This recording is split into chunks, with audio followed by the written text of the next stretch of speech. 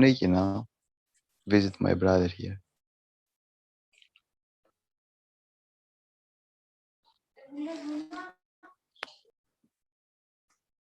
Okay.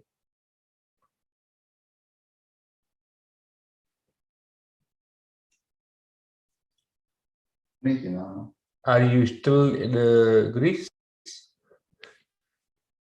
Hello, everyone. Namaste. Still Grace, yeah, still Grace.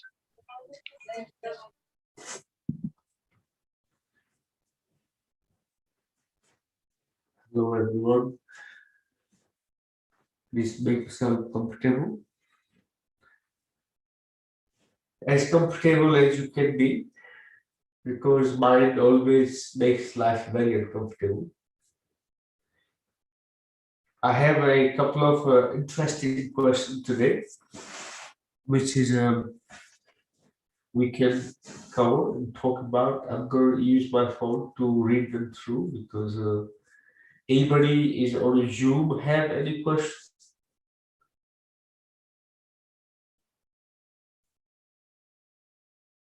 If anybody in the Zoom have a question, please do ask.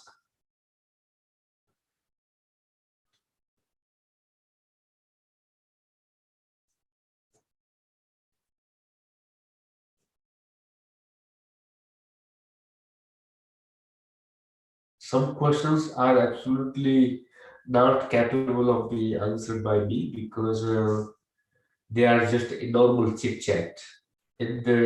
Till you ask a question that have a some bit more depth of personal engagement and thought about it, then it is a matter of communication.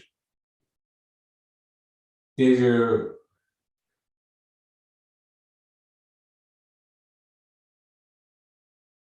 question about can we reverse any chronic disease by meditation?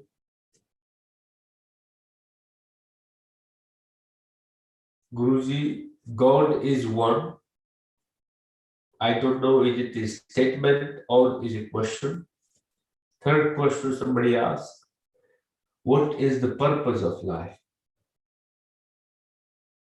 These three questions are interesting. Rest of them, I wouldn't think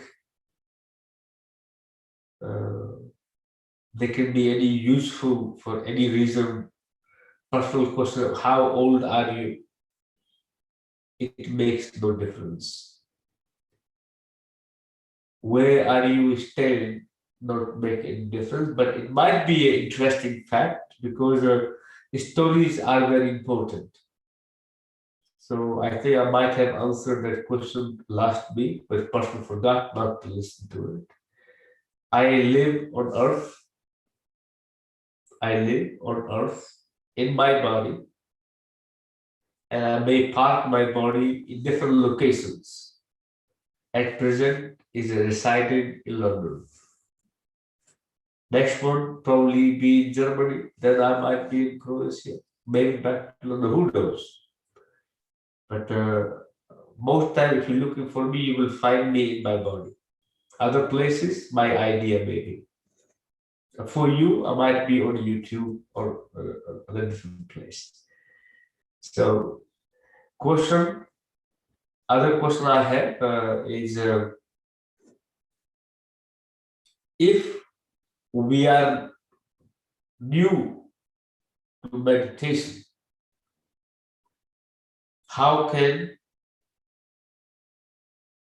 one start? Do we need a methodical approach of meditation? What is the difference between asana and kriyas? Is yoga alone enough exercise? How can we live our life fully awake? So there's some questions are very in-depth, somebody actually who lived and tried to have a very inquisitive nature to understand those. I'm going to start from is yoga alone enough exercise? First of all, personal viewpoint, yoga is not an exercise. It is a mode, or it is a way that you connect with your body and create your body as a super vehicle so you can make the journey of your life while you are in this body less uncomfortable, mentally as well as physically. Emotionally, never mind. So I will not classify yoga as a form of sport or exercise. If you see the yoga as an exercise, you will miss the entire holistic approach and the maximum benefit you likely to get from yoga. You will miss that.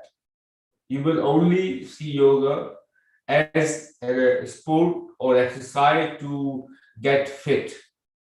But you can be very fit physically, that what we see as an exercise of, but mentally can be absolutely unfit.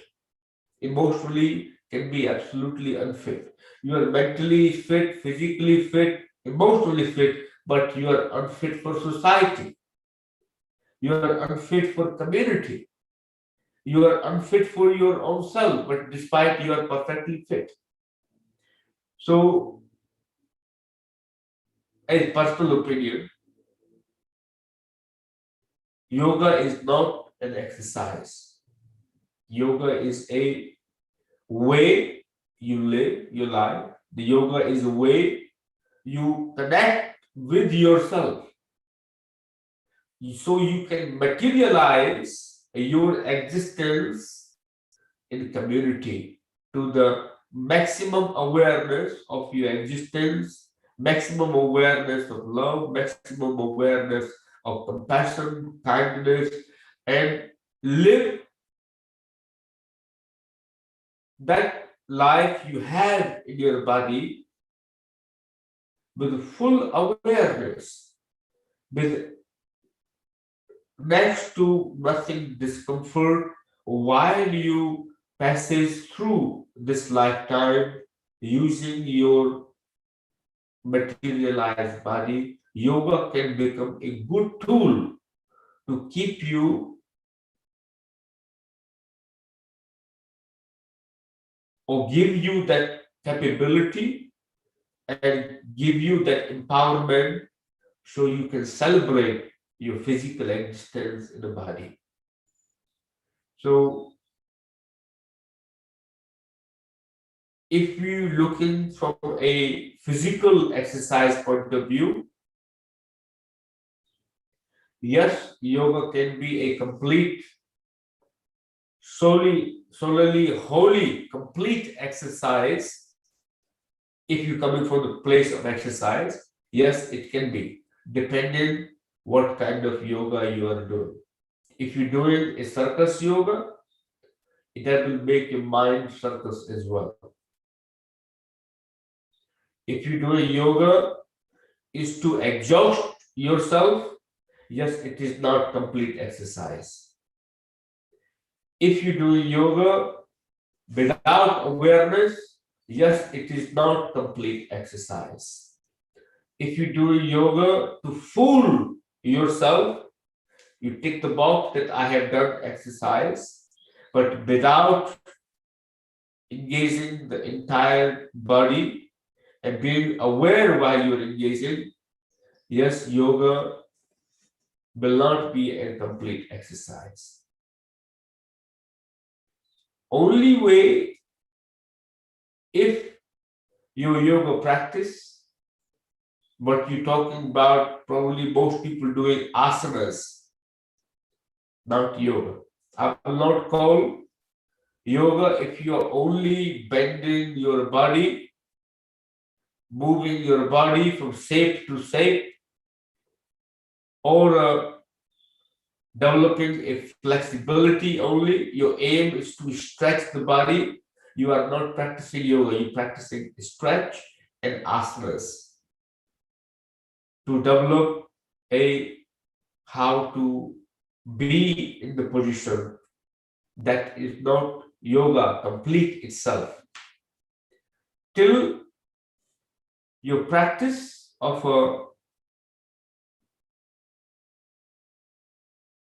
asanas, incorporating pranayama meditation, not just only pranayama meditation, the asanas, but also following the other terms and conditions of making yourself eligible to practice yoga.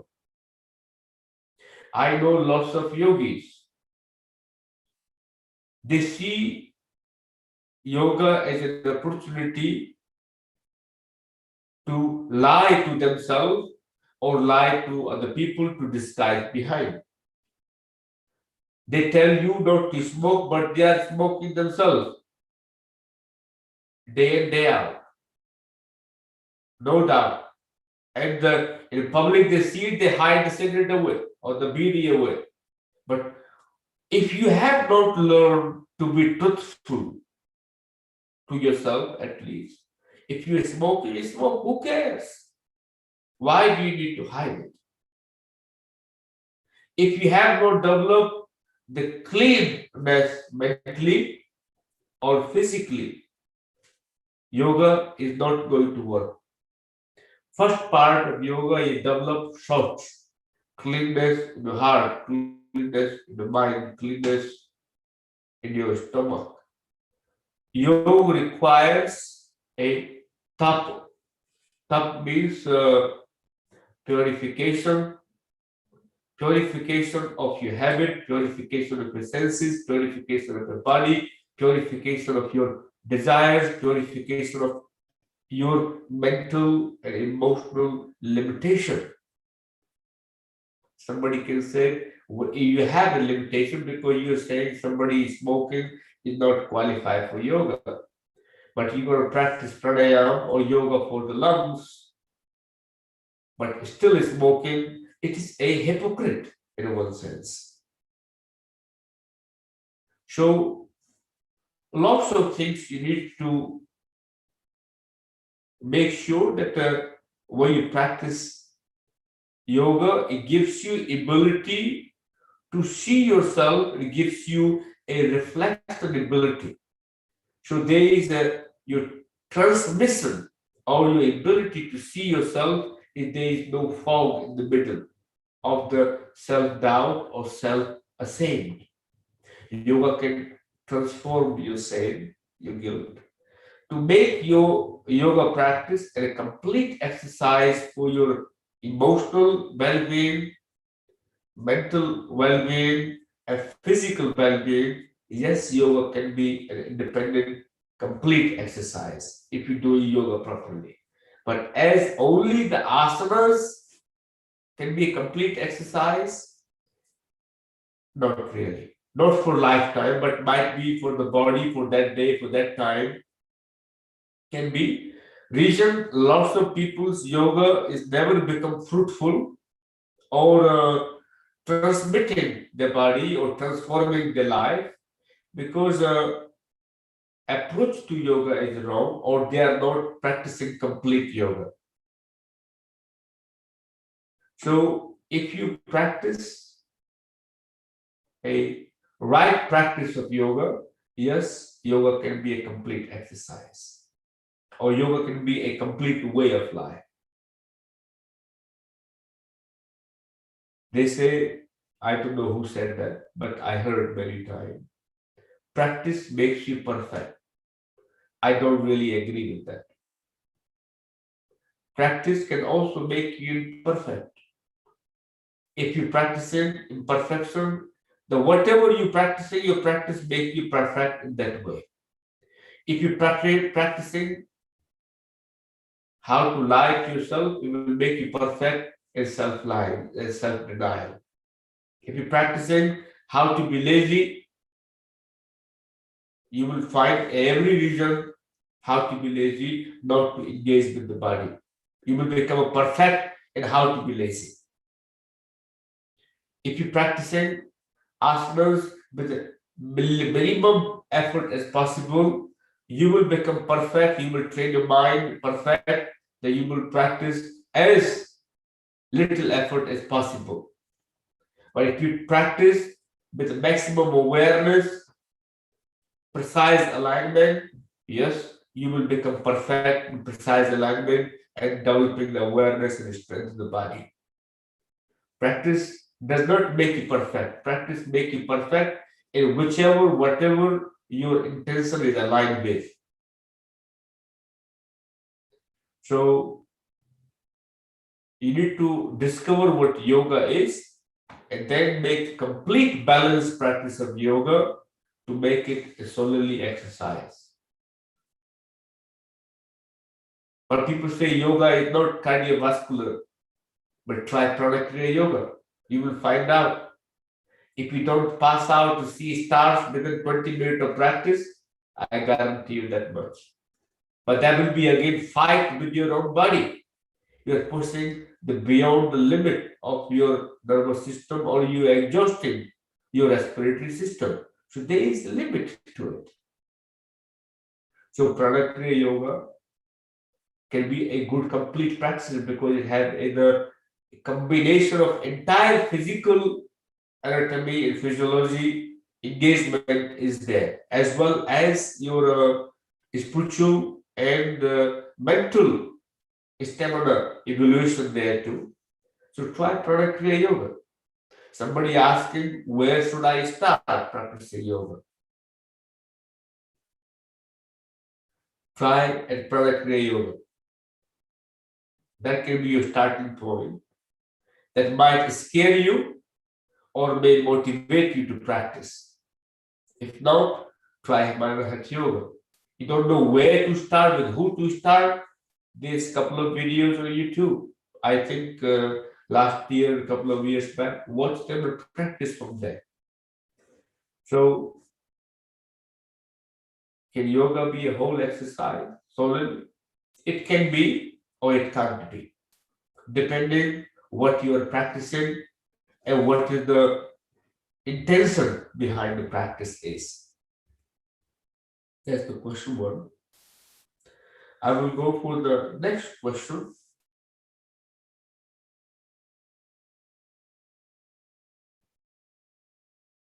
What is the difference between asanas and kriyas? Asanam, sthiram, sukham, in Patanjali Yoga Sutra, I think pretty much most people knows who practice asanas. If you are new to asanas, you will not even know what asana is. Asana means posture, your position. In the posture that brings steadiness and happiness to your body and to your mind is called asana. You can translate that one way. Or asanam, sthiram, sukham, the position in which you are steady and happy is asana. Either asana can create a possibility for you to be steady and happy in your life, or whatever position you are seated, you are still steady and happy is asana. Asana is a mudra, a expression or imitation of something in which you are really comfortable while whatever you are imitating. Let's say you are imitating cobra. You don't become a cobra, but you're imitating a cobra because cobra's spine is pretty flexible. It also, the cobra's breath stamina is strong, lung capacity is strong. So you are imitating cobra by behaving like a cobra.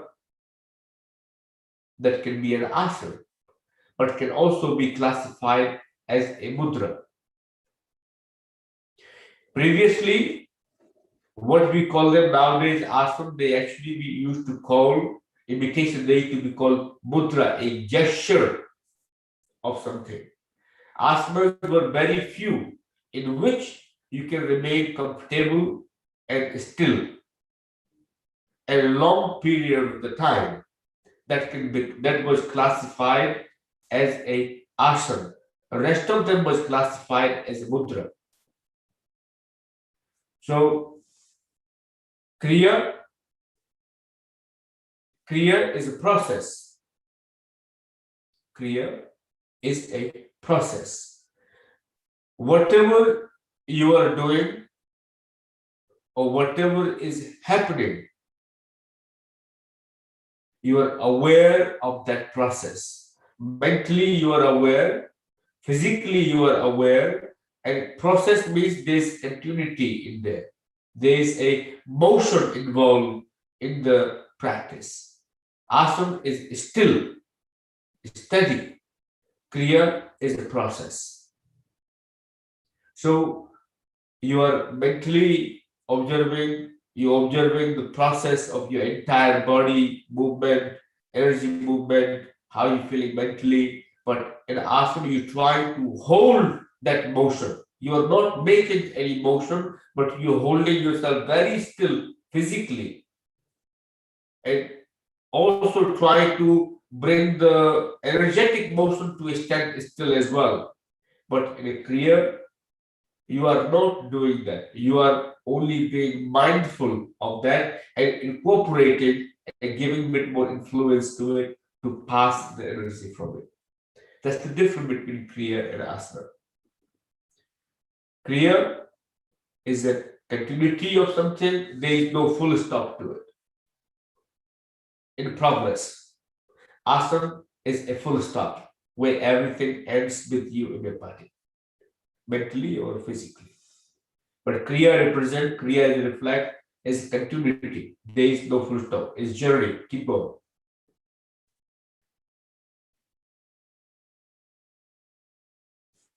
So that's the difference between Asana and Kriya.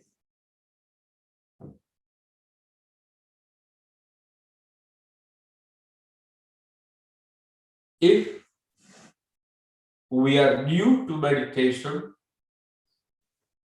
how can we start? First of all, if you are new to meditation, I give you a simple technique. You go to your balcony, keep your eyes wide open, stare in an empty space, but make sure whatever you look at it, don't get distracted by anything else, just only one object. In your house, if you have a white wall, stand 5-6 feet away from it. Doesn't matter what happens, don't get distracted. Just look at the empty white wall. Despite there might be a paintings or other things there, don't get distracted. Just keep looking, staring at empty white wall. See how much you get distracted.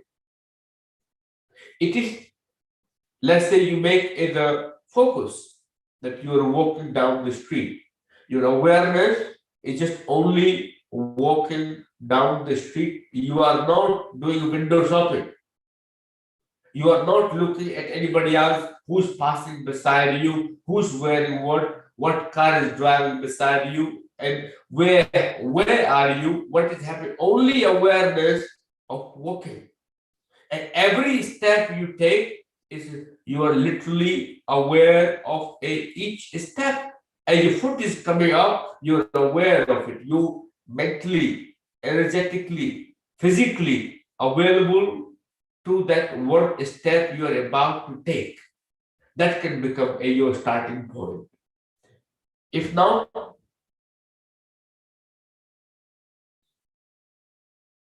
lie down.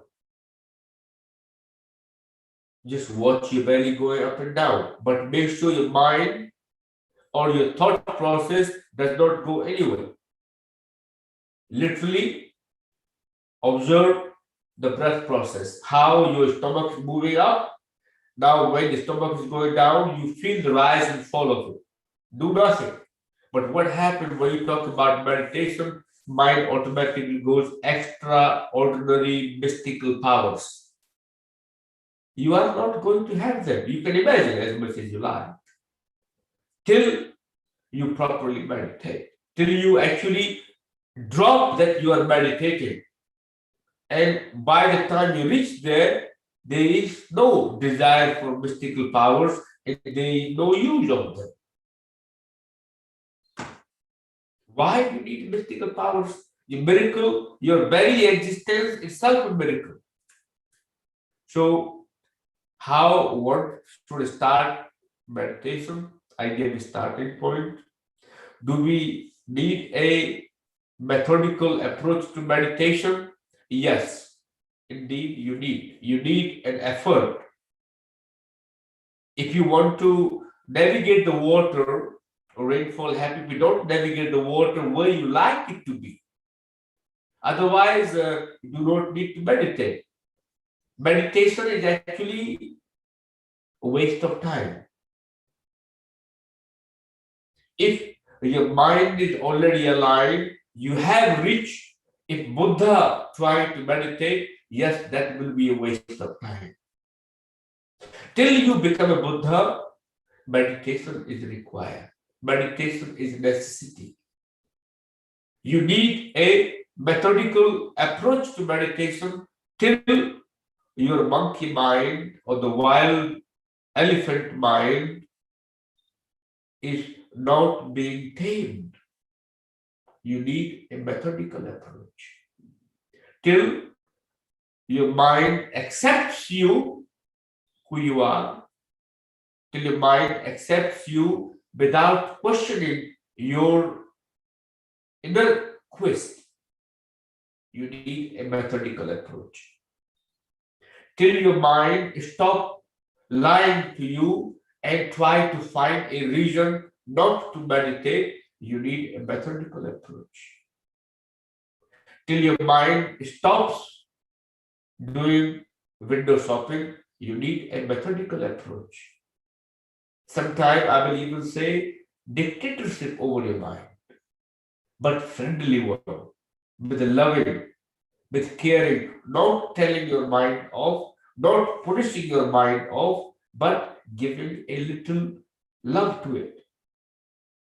You go to the maybe bridge and look at the water. Do nothing. Doesn't worry about, just look. But the moment you look something, your mind comes along, starting analyzing, putting labels to it. If you have a TV, you know how annoying your mind becomes. I don't know we have it nowadays or not, but analog TV, I remember when I used to have once, which is a long, long time ago, 1995 or maybe 99, something. The TV, when the antenna used to drop, the line used to go along, like a zzz kind of experience. Maybe you can put the TV on and watch it. So there is no label, my friend. There is no story happening. Till your mind stop making stories, you need a methodical approach. So I hope that answers the question. But how to start one? Simple technique. Walking can become a good meditation. Lie down in the garden in the evening, look into the open space in the sky. If you can see stars, if you live in a city, you have no hope. But if you live in a nature, you look at the stars. and see what you feel. But don't judge it. Keep looking. Don't stop. Don't settle. Just look. Next approach, you walk to a forest. Close your eyes and give a hug to a tree. And just stay with that hug if you can. It can become a good meditation. Is the meditation techniques are not important, but your intention and how you do it is important. Meditation is just an experiment.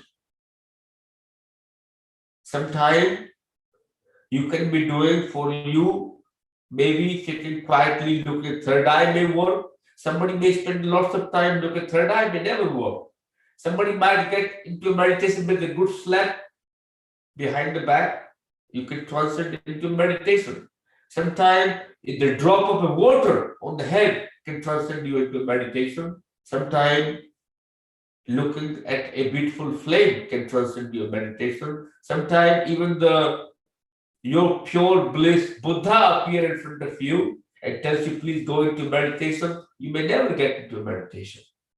So it depends how your awareness is, how much you have transcend your ability of a mind is a crafty to manipulate, how much you have transformed the ability not to be manipulated by your mind.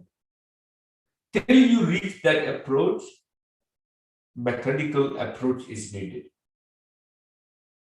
So there's several exercises I advise to practice. Other one, if you can cope without getting panic, you take your hand in front of your eyes, keep them maybe a couple of inches away, and just keep staring your wide open eyes into your palm, but don't get distracted with the lines in your hand. Don't get distracted by the pressure that creates in your eyes. Don't close them. Keep them softer. It can become a good approach to settle your mind. If not, just close your eyes, think of nothing. And just observe whatever you see. Don't try to list it down. There's many several things. If not, come to my class on every Wednesday morning, 7 a.m. GMT. Free participation by Zoom. You can learn meditation. You can start there. So, next question.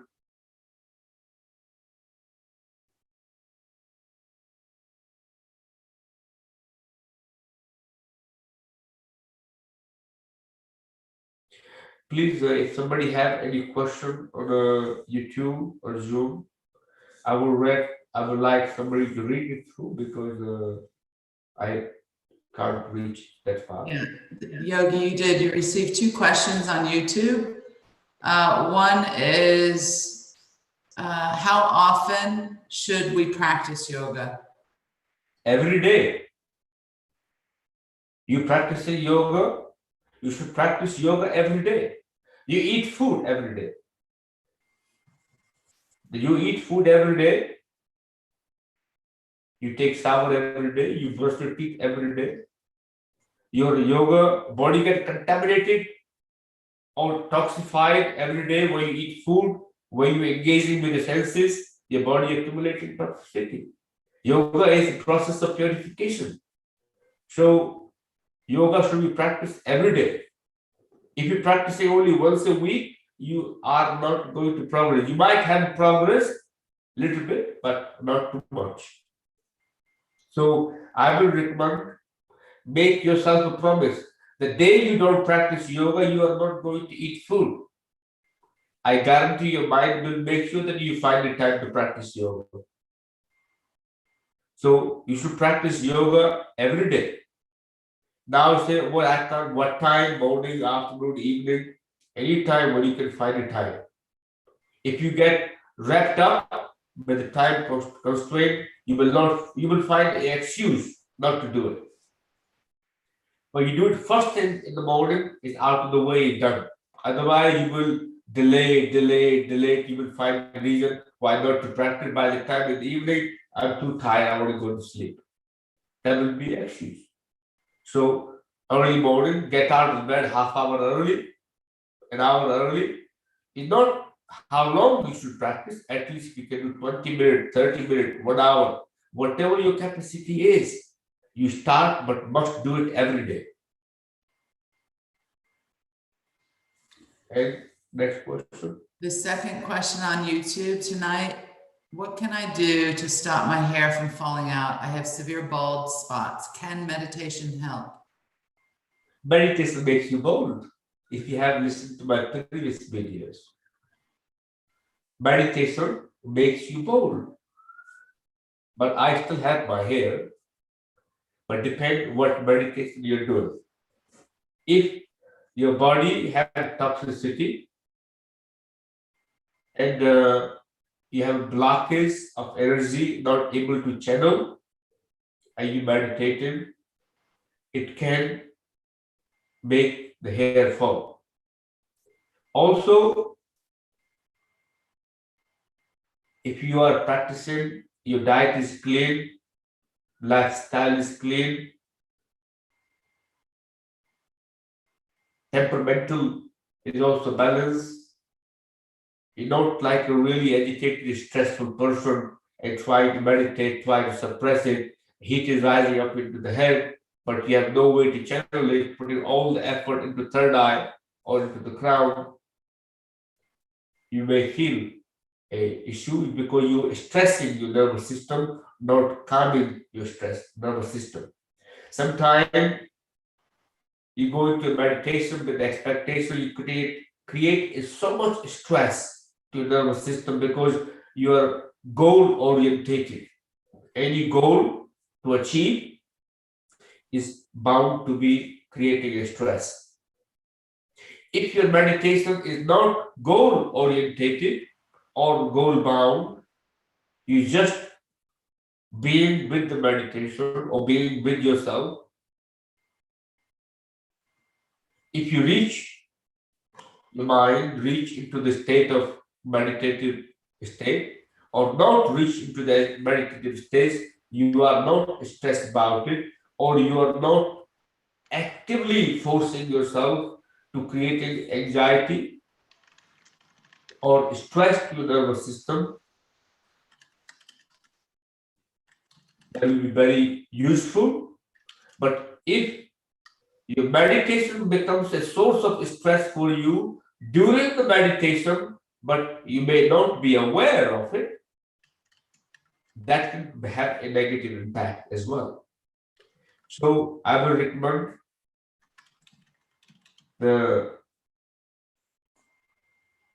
first of all, check your diet is balanced.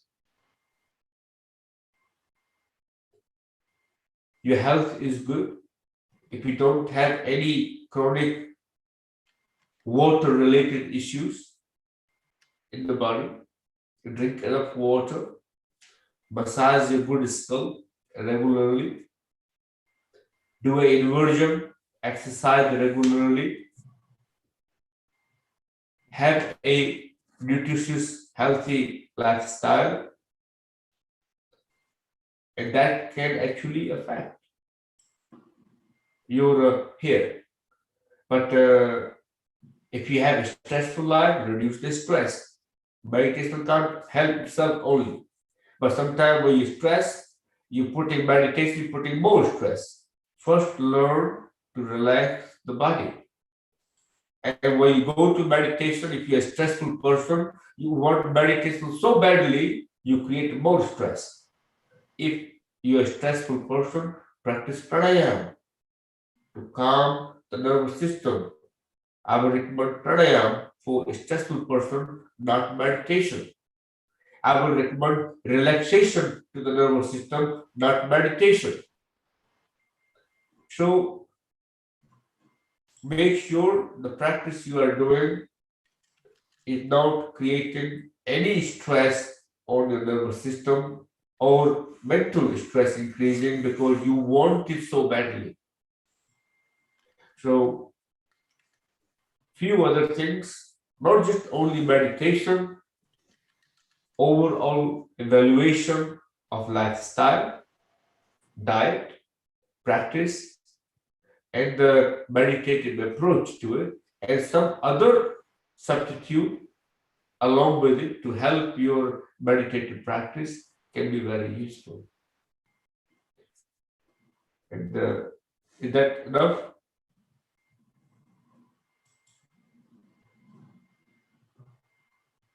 There is one more question that came through on Instagram, I think.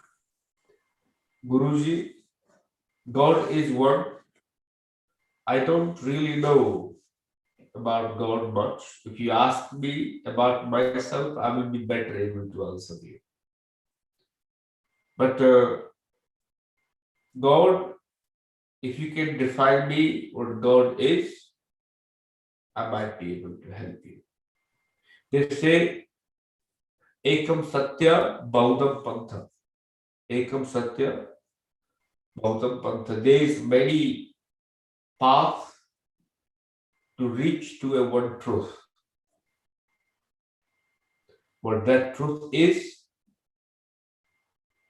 still to be discovered by as an individual. Your path starts from you. I may be able to help you to find the right path to reach to your inner truth, or what you may call that God. God, your God is one only, whatever you believe in. Yes, that is one. If you have two gods, you will have a problem. You don't know, you're waiting for one, that God was a bit busy, arrived, by the time you got impatient, you run to a second God. Then that God was busy, first one came, was waiting for you, and you were not there, left, then you got impatient with the second one arriving, then you arrive, okay, I will go back to first one, you will be in trouble, my friend. Truth is one. Your existence is one. Energy is one. Breath we take is one. There is nobody else other than you. You understand? There is nobody else other than you. Everything is in creation of your own illusion. When you exist, God doesn't exist. When God exists, you don't exist. Now figure that out yourself. So find yourself, eliminate the God. As long as you find the God, you cannot find yourself. So put the effort on to find yourself, and we can talk further than that afterward. Interest to know the God should not be there. Interest to know your mischievousness should be there. Interest to understand your senses should be there. But we are more busy trying to understand God. Who knows God exists or not exists, but you exist. That is important. Your mischievous exists. That is important. Your mind exists. That is important. Your culprit behavior exists. That is important. Your beautiful existence is there. That is important. Love exists inside you. That is important. But we are busy about God. You miss the point of life, my friend. Point of life is not to find God. Point of life is not to find God, but to become God.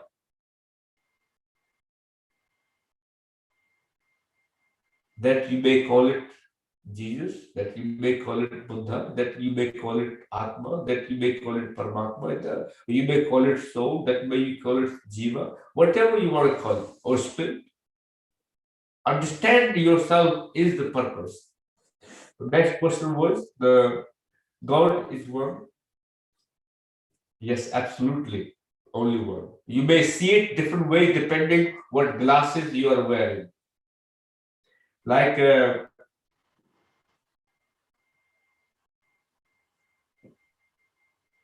is an object, something. Depend if you wear blue glass, you see a blue glass. If you wear red glasses, you see a red glass. Yellow, you see a yellow glass. But object is one. What you are seeing is one, but depending what kind of glasses you are wearing, that may differentiate the truth. So I hope that answers your question. And second question was, can we reverse any chronic disease by meditation? Yes, you can. Again, answer is depend how you are meditating, type of meditations you are doing, and what is your approach to meditation.